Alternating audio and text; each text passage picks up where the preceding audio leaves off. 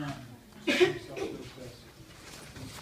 I was also asked that even though this is only going to have 3 questions on it, does it count the same as the others? My gut tells me it better be, because some of you really need a good score, so I'm not going to count this as only 3/13. I'll count it as 1/3 of your total Excel skills test. It's also an opportunity for those of you who wanted a good Excel skills grade to average in, to do well, because there's only 3 questions. Does not involve time value of money. It's purely out of this chapter. It's purely out of the problems, the examples in the chapter, the examples from class, and the case. All of that works together, integrating to prepare you for Excel Skills Test 3. Last class, I was pretty disappointed that most of you had not even looked at the chapter, much less done any work in it. So you kind of wasted a 5-day weekend, 5-day in between classes. If you're in that boat, and you basically got 5 more days, and you've got to be ready for this thing.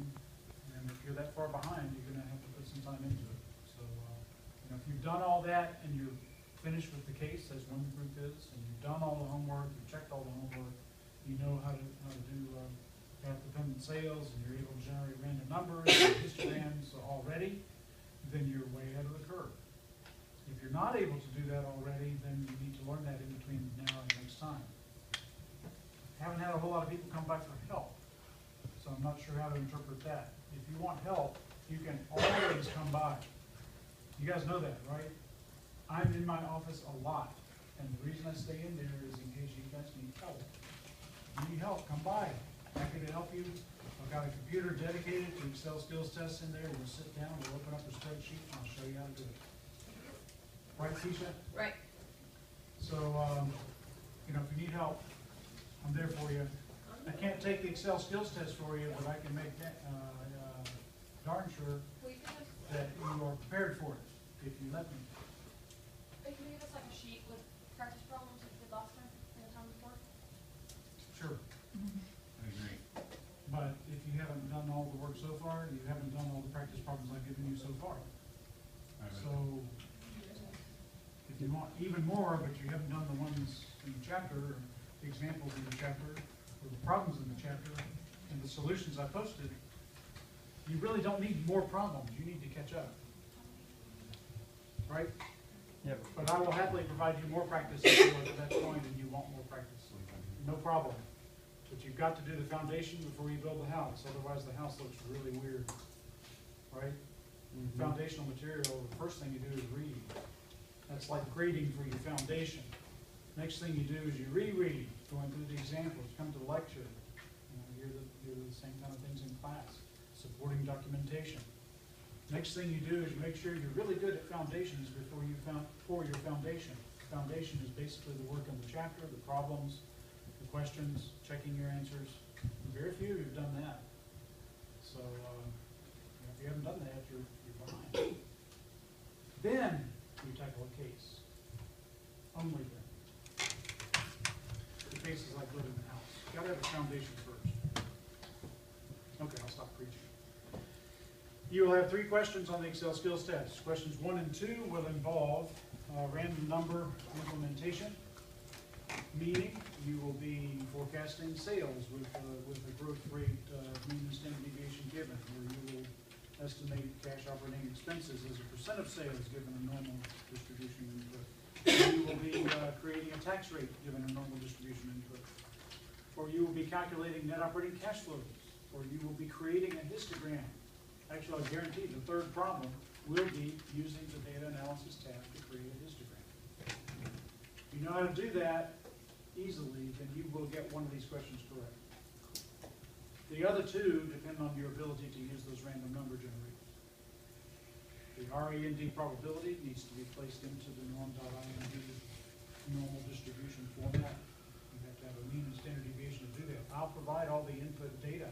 You have to generate the random numbers, probably not 10,000, probably 500, and I'll check and make sure that you're setting up parameters correctly.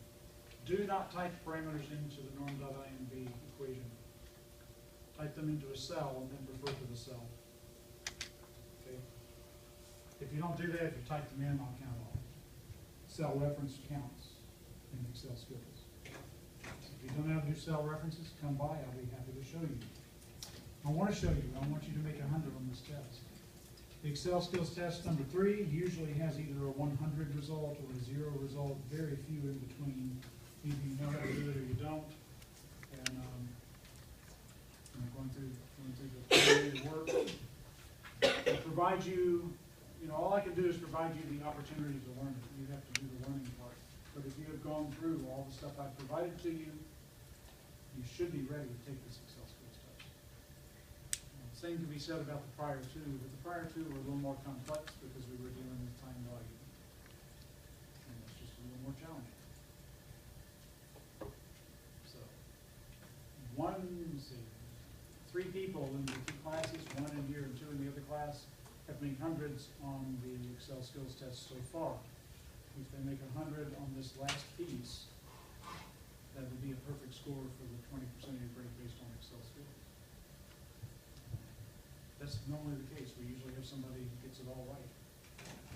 We also usually have somebody, unfortunately, who gets it virtually all wrong. So, wide range of different scores. Just make sure the low range is not you. Okay? If you're afraid it might be, please let me help you. I don't bite if you come to the office. First day. Come by. I'm kidding. I don't bite ever when you come to the office. So let me help you do your best in this course, okay? That's all I can offer to do. If you won't let me, then I can't do it. But if you will let me help you, I'll be happy to. I'll know this, right? Any questions about the Excel skills test? Oh, it's shorter. You got 3 questions and they're really quick. Those of you who know how to do it will probably finish in about 5 minutes, but I'm going to give you 30 minutes just so there's no time pressure. If you don't know how to do it, you'll take a whole 30 minutes and there'll be time pressure. But if you do know how to do it, you'll probably finish way before time is up. And then we don't have class, right?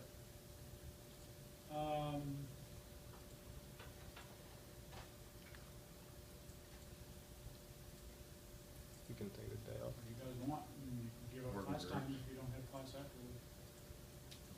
Get in groups if Or we you need can it. get you can get in your groups and finish up if you need to. You guys are gonna turn in early, so.